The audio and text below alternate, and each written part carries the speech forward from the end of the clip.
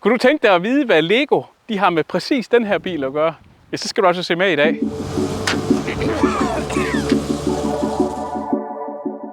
Og det her, det er en Austin Maxi. Og specifikt lige den her bil, ja, den er fra 1976. Jeg har virkelig været heldig at få lov at låne den her. Jeg er så evigt taknemmelig, at jeg kan få lov at prøve så gammel en bil. Og hvis du synes, det ligner bare en gammel, kedelig kasse, ja, så tager du altså helt fejl. Jeg er godt med på, at den har ikke det mest prangende design. Jeg tænker faktisk, jeg vil lige fortælle lidt om historien på bilen. Så vil jeg gå rundt om bilen, kigge på den, og så skal vi selvfølgelig kigge på bilens indvendige detaljer. Og vi skal selvfølgelig ud og køre, og så slutter vi af med en musikvideo omkring den her bil. Og for at forstå den her Austin Maxi, ja, så er vi altså lige nødt til at kigge lidt på historien. Vi skal tilbage til 1959, hvor Minien den bliver lanceret.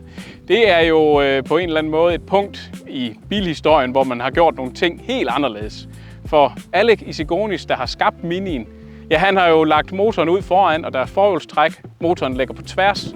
Det er også Alec Issigonis, der er med til at skabe Austin Maxi. Så han har både lavet Mini og Maxi. Det synes jeg at egentlig er lidt en sjov detalje. Men hvordan blev den til? Hvorfor var det, man manglede den her model i sit program? Ja, det er jo faktisk... Altså, der er mange ting her, der har gået rigtig galt. Man havde Minien, som jo solgte helt vildt godt. Man tjente ikke vanvittigt med penge på dem, hvis ikke faktisk jeg har læst, at man har tabt penge på dem deroppe i 60'erne. Så havde man en Austin 1100, og der må I lige rette mig, men jeg tror måske, den hed en Morris Marina her i Danmark. Så udviklede man det, der skulle hedde en Austin 1500. Problemet var bare lidt, at den bil blev for stor, så man var nødt til at lægge en 1800 kubiks motor i. Så derfor så kom den jo til at hedde Austin 1800. I England blev den absolut ikke taget godt imod. Den var simpelthen for stor. Ikke udvendig, men indvendig. Og så havde den et udseende, som ikke appellerede til folk. Så den fik sådan, i England kaldte man den en landcrab, altså en landkrabbe. Den så simpelthen forfærdelig ud. Jeg har lidt svært ved at se, at den er så forfærdelig. Men Maxien deler lidt sin skæbne med den Austin 1800, fordi ret hurtigt i processen af designen denne her, ja, der bestemmer den tidligere BMC-direktør George Harriman, at man skal genbruge dørene fra Austin 1800. Så hvis I skal lave en 5-dørs-bil, der skal passe ind i midten af segmentet, ja, så skal I genbruge dørene fra 1800'erne. Og det er jo ligesom med til at sætte hele designet for Austin Maxi. Det blev jo nok en fejl, at man tager dørene fra en større bil, som man skal bruge på en mindre bil. Og derudfra, så bliver akselafstanden jo faktisk sat. Så allerede her, der løber projektet lidt skævt. Og der er en anden ting, der er sindssygt svært. Når man nu bruger dørene fra en anden bil, jamen hvordan skal man så formgive den her bil? Fordi forruden, den er jo sat efter, den vinkel der, den er jo sat efter døren. Og ja, hvad skal man så gøre? Så det har virkelig været en hovedpine for designerne af Austin Maxi. Sir Alec Issigonis, som jo stod for bilen, jamen han var egentlig ikke så optaget af æstetik. Og det er lidt en skam, fordi det kommer faktisk til at betyde ret meget der i slut 60'erne og op i 70'erne. Der kan man altså få nogle ret fede Ford Cortinaer sammenlignet med, og det kunne folk godt lide, i hvert fald i UK. Jeg ved ikke, det må åbenbart være hamrende dyrt at lave døre. Men det man ikke valgte at spare på, det var, at man ville udvikle en helt ny motor. Og ikke nok med det, så estimerede man jo faktisk, at man ville komme til at sælge, ja, var det 5.000 til 6.000 biler om ugen af den her kommende Austin Maxi. Det forudså man der i midten af 60'erne. Og derfor så var man altså også nødt til at lave en helt ny fabrik til motorerne. Og det brugte man 14 millioner pund på, der kom til at ligge i Birmingham. Så man genbruger altså dørene, man udvikler en helt ny motor. Og det er ud fra Alec Issigonis princip omkring motoren. Han var virkelig visionær og så lidt ud i fremtiden. Han vil gerne have med overliggende knastaksel. Han kalder den E-serie, den her motor. Den bliver meget kompakt, for den skal også bruges i andre modeller fremadrettet. Det skulle være en 1500 kubik motor, der skulle lægges i Maxien, eller den hed jo faktisk ikke Maxi på det tidspunkt. Der skulle den hedde Austin 1500. Så sker der det hen ad vejen, at BMC, jamen de bliver jo faktisk, de køber Jaguar og en pladefabrik op og kommer til at hedde BMH, British Motor Holdings. Og kort efter det, jamen, så bliver det faktisk kaldt British Leyland, og der kommer ny direktør og så videre. Direktørerne her, de har nogle andre syn på, hvordan man laver biler. Kort inden langs den planlagte lancering af Maxien, jamen, så kigger man det igennem, og så kan man se nogle ting, hvor man tænker, shit, det her, det kan vi sgu ikke lancere. Man laver nogle stunts for sådan hurtigt at fikse det inden lanceringen, og lanceringen blev også lidt udskudt. Man finder ud af, at den der 1500 kubiks nyudviklede motor, man har lavet, ja, den er faktisk for lille, så man er nødt til at lave en lidt større en, så det kommer op på den her 1750 kubik. Skal vi ikke lige kigge på den foran, fordi der deler den altså noget med, jeg synes der er noget, den deler lidt med Mini Clubman, med det her med lygterne, der sådan nærmest sidder inde i grillen. Og så har vi det her ordentligt store logo, Maxi. Der står ikke afstilling nogen steder, der står bare Maxi. 1750 for at vise, hvad motor vi har i. Krom, kofanger, lygter, der sidder lige så fint diskret hernede, blinklys. Og så prøv lige at komme med helt ned, fordi hernede, der griner jeg lidt. Eller griner jeg, det er også sådan lidt tragisk på en eller anden måde. Vi har simpelthen et beskyttelsesgitter til at passe på. Og hold nu med fast, det her det er ikke bundkarret, der sidder hernede, det er faktisk gearkassen. Alec Isigonis, der lavede bilen, ville gerne lave en motor, der var kompakt. Det har den så også været i de 2 dimensioner, men den 3. dimension, der kommer altså til at fylde noget. Og det gør den jo dels fordi, at der er overliggende knastaksel, og man har placeret gearkassen lige nedenunder motoren. Så det var ikke en, man skulle køre hen over nogle bump med, eller i hvert fald store bump, så kunne man godt køre gearkassen af, kunne jeg forestille mig. Jeg synes, det er lidt sjovt. Og det er jo sådan et design-ting, der ligesom har en beslutning, man har taget, at det vil man, og så får man altså det her ud af det. Man var også tidlig i designprocessen nødt til at lave den ret høj i motorhjelmen, for at kunne få plads herop. Så det er jo fuldstændig vanvittigt, når man kigger på det, hvor meget det egentlig er, den fylder den motor i den ene dimension. Da jeg første gang så den her bil, der tænkte jeg, hvad kalder man egentlig denne her form for en bil? Er det en stationcar? Nej, det er det nok ikke. Det er jo nok nærmere en hatchback. Men så slog det mig. Er det her mon verdens første shooting brake? Og så var jeg inde og google lidt.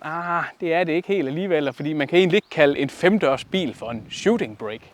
Men definitionen på en shooting brake er jo faktisk, at den kun må have 2 døre og være lidt stationcar udseende-agtig i det.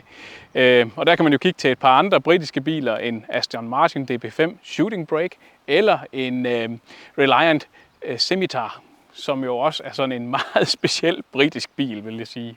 Men shooting brake-begrebet er jo næsten sådan, er det ikke lidt skredet lidt? Og det er derfor, jeg fristes til at kalde det her en familie shooting brake til folket.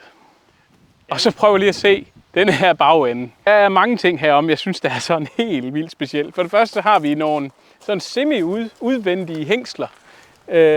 De er sådan lidt inkorporeret, og så alligevel kan man se dem. Så har vi de her fine ventilationsdyser i plastik. Og jeg synes faktisk, det er integreret godt i sådan en bil her. Så er der også et eller andet med det her lille knæk hernede. Det er ligesom om, den gerne lige vil være en sedan, og så alligevel ikke. Den har lige den der lille kuffert ud, og så skruer den ellers ned. Og så en ordentlig bagklap. Den er så stor, at man har tvunget baglygterne herud i siden. Og jamen, jeg kan snart ikke finde ud af, er den egentlig pæn, er den grim, eller hvad er den? Og det er også det der, man skal sætte sig tilbage i tid. Nu skal vi tilbage, jeg skal forestille mig mit hoved at være tilbage der i starten af 70'erne, eller i 70'erne her. Anhængertræk er der på, krom udstødningsrør, krom kofanger. Og så sådan, jeg synes faktisk det her, det også ser rigtig godt ud, sådan et nummerplade lygte holder her. Og ja, pas på børnene, Codan forsikring. Og så de her ret brutale, der er også noget 60'er og 70'er over den måde at skrive bogstaver på, sådan i mit hoved. Og så Maxi. Kan vi ikke lige prøve at kigge i bagagerummet? Vent lige lidt. Prøv lige at se den her fætter her. Sådan en anhænger beskytter med refleks på, det har jeg sgu aldrig set før. Så kigger vi lige bagagerum. Hvis jeg ellers kan få den op. Den er lidt tung, den her. Den er ret tung. Og ja, den der gasdæmper, den fungerer altså ikke. Og det er jo herom, at Maxien virkelig er max, hvis man kan sige det sådan. Fordi der er ikke sparet på pladsen. Ja, der ligger lige sådan en her, og det er så fordi, og jeg bryder mig egentlig ikke helt om at bruge den, men nu gør vi det. Så hattehylde er der i, og der ligger også et par lister til den ude fra siden af. Men det er jo helt vildt med plads. Og er I klar til bilens helt store partytrick? Og det er her, hvor bilen den virkelig har været forud for sin tid. Ja, næsten 50 år forud for sin tid, fordi det man kan, det er, at man kan folde det der sæde ned. Og det man så får her, hvis man også folder forsæderne ned, De kan foldes helt fladt ned. Ja, så har du faktisk en seng, du kan sove i. Og det skal jeg næsten lige prøve, hvordan det er at ligge her. Ja, der er lige plads. Selvfølgelig skulle forsæderne foldes ned, så var det bare helt i sin vinkel. Jeg ved ikke lige, om jeg er så begejstret for at ligge på sådan noget leopardpels som det her. Men så har man da prøvet det. Den kan det her, og det synes jeg, det er fedt. Prøv lige at se her. Wow. Jeg er godt med på, at der er noget beskyttelsessædeovertræk med Leopard Plus på. Det skal I lige se bort fra, fordi indenunder, der gemmer der sig altså nogle lædersæder. Men lys kabine. Og så er der jo træ hele vejen tværs over der. Ej, jeg skal ind og sidde. Jeg skal simpelthen lige have det hele med nu. De er bløde, de her sæder. Ej. Ja,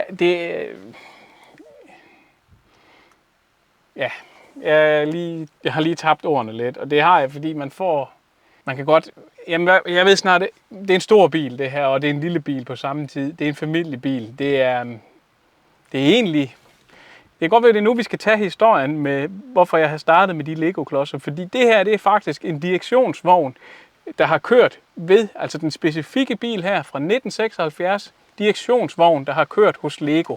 Den er solgt i Give fra ny af, og den har haft nummerpladen LV 27000. Så har man ellers haft den som en direktionsvogn. Det må jo have været en Lego-direktør, der har kørt rundt i denne her bil.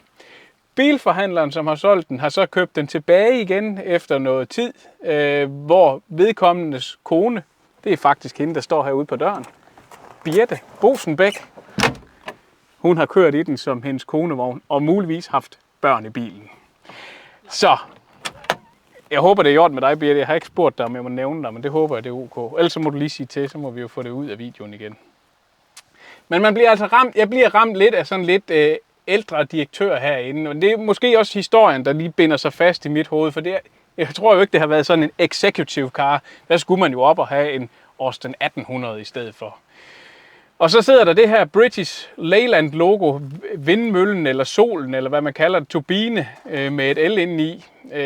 Og det er sådan, det er faktisk pakket godt ind i sådan en tyk gang plastik. Jeg tror fra ny af har det sikkert set pissefedt ud, det der. Den er lidt støvet og materet i dag. Det er også fedt.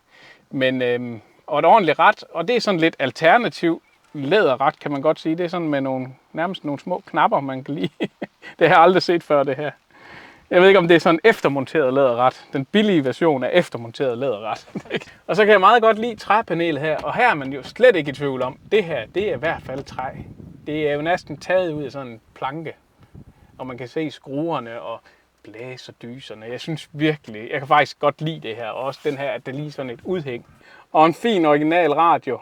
Og et handskerum. Den er låst. Skal vi vide, om vi kan låse den op med... Ja, det var lidt mere bøvlet dengang. Ja, og der ligger lidt, jeg tror det er lidt dokumenter på ejerskabsforløbet. Birte kører bilen frem til 1993, hvor den så står stille i 15 år, og herefter til Samsø Austin Museum. Og imens den er her, jamen der får den altså en skade, og de er også nødt til at omstrukturere på det her museum, så den bliver så sat på auktion i 2016. Om den bliver solgt her, ved jeg ikke, men jeg kan se den igen på auktion i 2019. Vedkommende, der køber den der, sætter den så i stand og får så endnu en ny ejer herefter. Så sidder der en gearstang. Den er altså særdeles omdisk, ikke selve gearstangen, men gearskiftet, fordi man har lavet det med kabeltræk ud til gearkassen til at starte med i de første versioner. Det var lidt et problem, fordi folk kunne simpelthen ikke finde ud af gearne.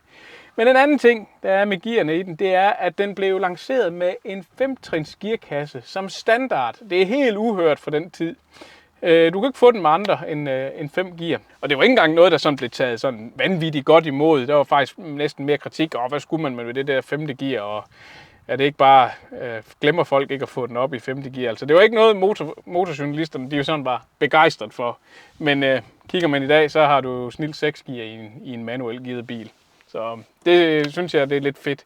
Og på mange måder har den her bil været forud for sin tid med et design, der var forældet. Ja, skal vi ikke prøve at starte den her bil?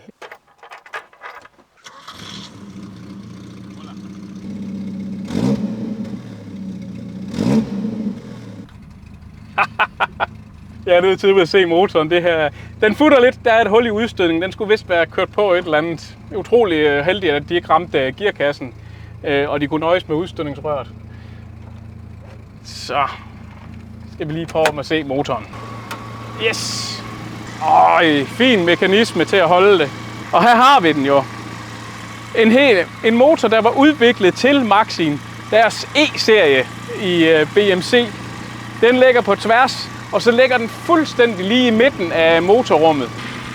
Man kalder det et siamesisk cylindersetup. Det vil sige, at man har ikke kølevand ind mellem alle cylinderne. Så 2 af cylinderne, de skulle gerne sidde meget tæt på hinanden. Og køleren til at køle det hele, ja, den sidder herovre i siden. Ekstremt upraktisk, fordi normalt i nyere biler, der sidder de jo her foran, så man får luft ind udefra og får kølet motorkølevæsken ned. Det her det er en 1,75 liters. Den har, jeg kan være lidt i tvivl, 90 eller 95 heste, og yder det op omkring de der 5.500 omdrejninger. Den skulle have, altså stempelgangen skulle være sindssygt høj i den, så det skulle være en rigtig sejtrækker. Og jeg ved ikke, om det er derfor, men danskerne har faktisk haft et okay forhold til en Austin Maxi. De kunne godt lide Austin Maxi, og generelt Skandinavien, det var et sted, hvor der blev solgt forholdsvis mange Austin Maxier. Om det er på grund af sejtrækkerne og alle de der ting, som danskere gerne vil køre med, campingvogn og skidt og lort, jeg ved det ikke. Men danskere har i hvert fald taget godt imod den. Ja, så prøver vi. Jeg skal lige finde koppen. Pedalerne, de sidder faktisk generelt meget højt i den her bil. Det er sådan lidt, jeg synes ikke, man sidder godt. Ikke sådan 100%. Selvom sæderne er virkelig bløde. Altså det er sofa over det her. Den kan godt. Vi skal lige have noget lys på os. Det er ikke en racerbil, men det er en meget sofistikeret bil. Det er en meget, jeg synes virkelig, det er noget af det bedste undervogn, jeg snart har prøvet. Og så affjedringen også. Hydra-Elastic, som jo minder lidt om Hydra Gas, som I så i min Metro. Forskellen på Hydra Gas og Hydra-Elastic, det er, at i stedet for at man har gas, altså man har 2 kamre, et med gas og et med væske, så har man haft en, jeg hører det sådan lidt som om, at det er sådan nærmest en gummikejle til at tage stød fra væsken af. Så det har været forskellen, og det har været Dr. Alex Moulton, der har udviklet den her form for affjedring. Så Maxien kommer også med Hydra Gas senere. Jeg mener, det er i 78.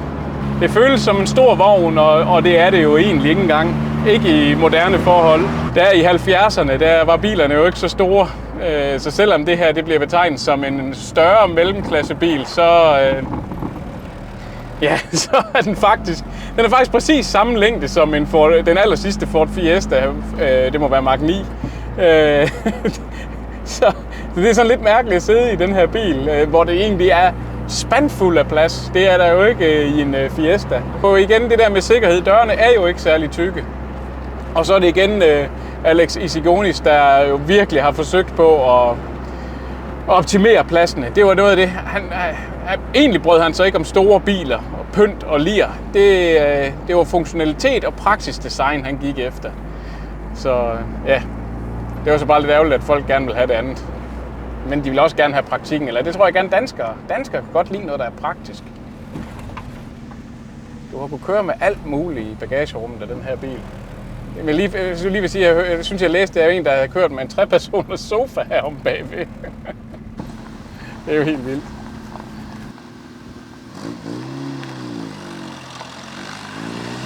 Vild med.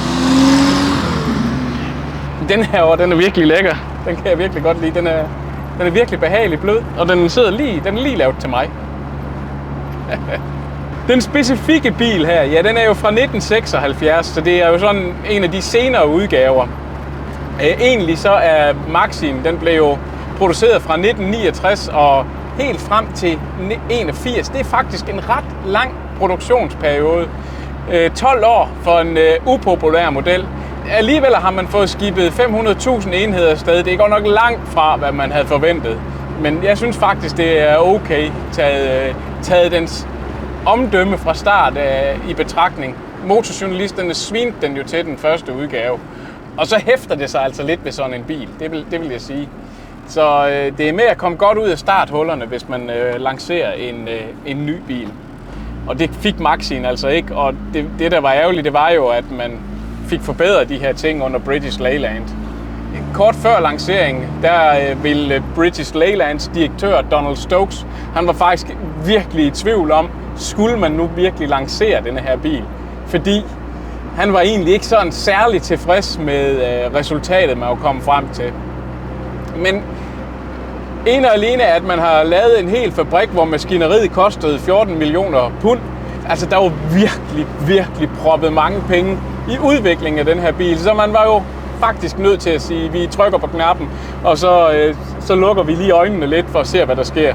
Det, der også sker der, hvor BMC bliver til British Leyland, det er, at man går fra at lave det her batch engineering, så hvor man førhen har haft alle mulige små undermærker, der har produceret bilerne med deres egen logo på, jamen så kører man altså stringent, og der er Maxien faktisk den første bil, som er en ren Austin Maxi. Den bliver ikke produceret som nogen andre bilmærker overhovedet. Produktionen er fundet sted i Oxford Cowley Plant i England, og så har man vist også produceret den i Jugoslavien og New Zealand.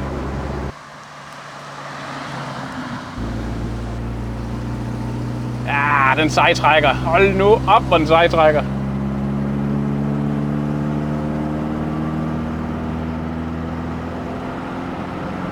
Ja, det er svært at se præcis, hvor hurtigt jeg kører. Den står lidt op og ned, den speedometernål der. Lige 5. gear. Ja, tak. Jeg har ingen omdrejningstæller, men